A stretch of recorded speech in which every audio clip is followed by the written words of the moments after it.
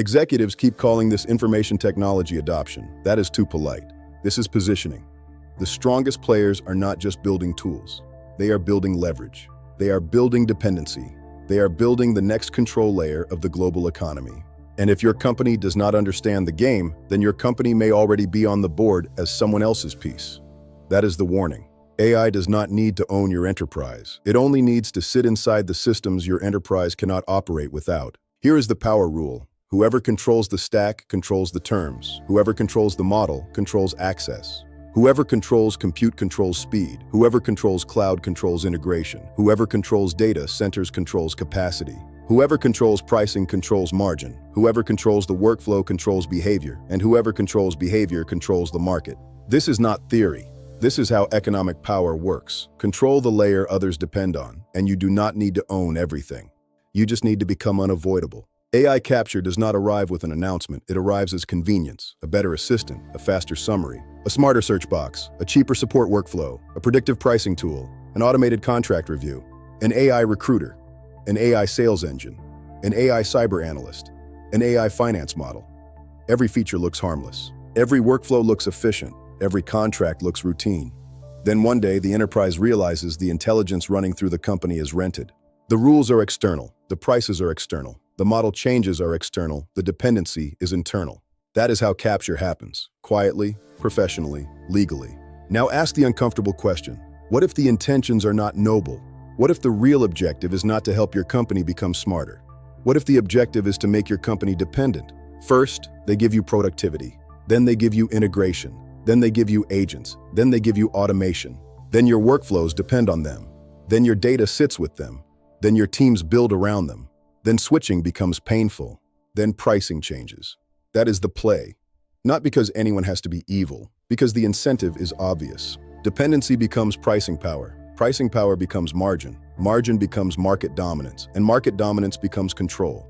Can embedded AI influence corporate margins? Absolutely. AI can shape pricing, supplier selection, customer segmentation, ad bidding, sales prioritization, contract terms, labor productivity, code generation, cyber response, inventory, forecasting, service quality. If AI recommends the decision, triggers the workflow, controls the routing, prices the customer, and scores the risk, then AI is not just supporting the business. AI is influencing the income statement. And if the AI is controlled externally, then part of your margin logic is controlled externally.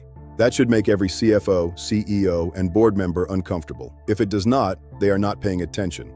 Can Wall Street be influenced by AI? Yes. Synthetic news, deepfake executives, algorithmic trading narratives, automated market commentary, retail investor targeting, sentiment manipulation. Can Main Street be influenced? Yes. Personalized pricing, behavioral targeting, AI-generated advertising, synthetic influencers, algorithmic feeds, automated credit decisions, automated insurance decisions, automated hiring decisions. If AI knows what people want, what they fear, what they can afford, and what will move them, then persuasion becomes industrial. That is the danger, not persuasion by one person. Persuasion at scale, personalized, automated, measured, optimized, and monetized. Now look at the infrastructure signal. When serious players even explore moving AI compute into orbit, that tells you something. The demand curve is extreme. Earth is becoming constrained. Power is constrained. Water is constrained. Land is constrained. Permitting is constrained.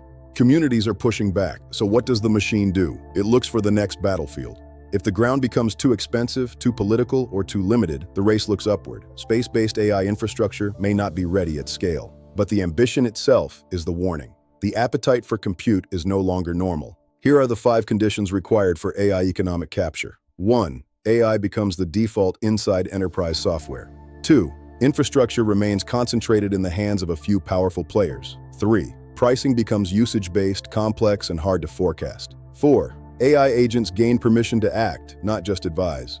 5. Boards fail to demand control before scale. Now be honest, how many of those conditions are already forming? This is not a distant warning. This is already underway.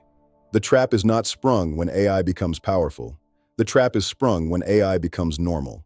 By 2035, the most likely future is not one AI ruler. It is worse for enterprise buyers. It is a small number of AI ecosystems controlling the layers everyone else needs. Models, compute, cloud, agents, data centers, pricing infrastructure, workflow platforms, distribution. Enterprises will still exist. They will still have brands. They will still have boards. They will still claim strategy. But the operating intelligence underneath the enterprise may be rented from someone else. That is the quiet loss of leverage, not collapse, not takeover, dependency. And dependency is how power moves without asking permission. Boards need a preparation doctrine now, not a policy memo, not a generic AI principle, a control doctrine. First, inventory every AI system, vendor, model, workflow, data flow, and agent. Second, classify AI by consequence. If it touches money, customers, employees, contracts, code, cyber, personal data, or regulated decisions, it is not low risk. Third, contract the dependency. No hidden model providers, no undisclosed training, no unilateral model changes, no vague service improvement rights, no weak audit rights, no soft liability. Fourth, cap the economics, usage limits, budget alerts, model tiers, agent permissions, cost per outcome reporting. Fifth, build the exit. If you cannot switch, disable, downgrade, audit, or leave, you are not a customer. You are captive. That is the line. The AIPOC.ai framework is not academic. It is a control system.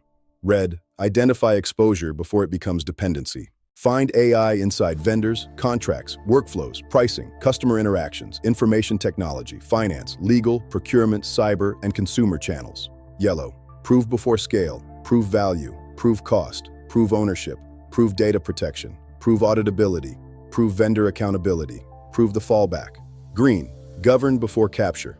Deploy AI only when the enterprise can control usage, cap cost, protect data, preserve human accountability, switch providers, and report exposure to the board.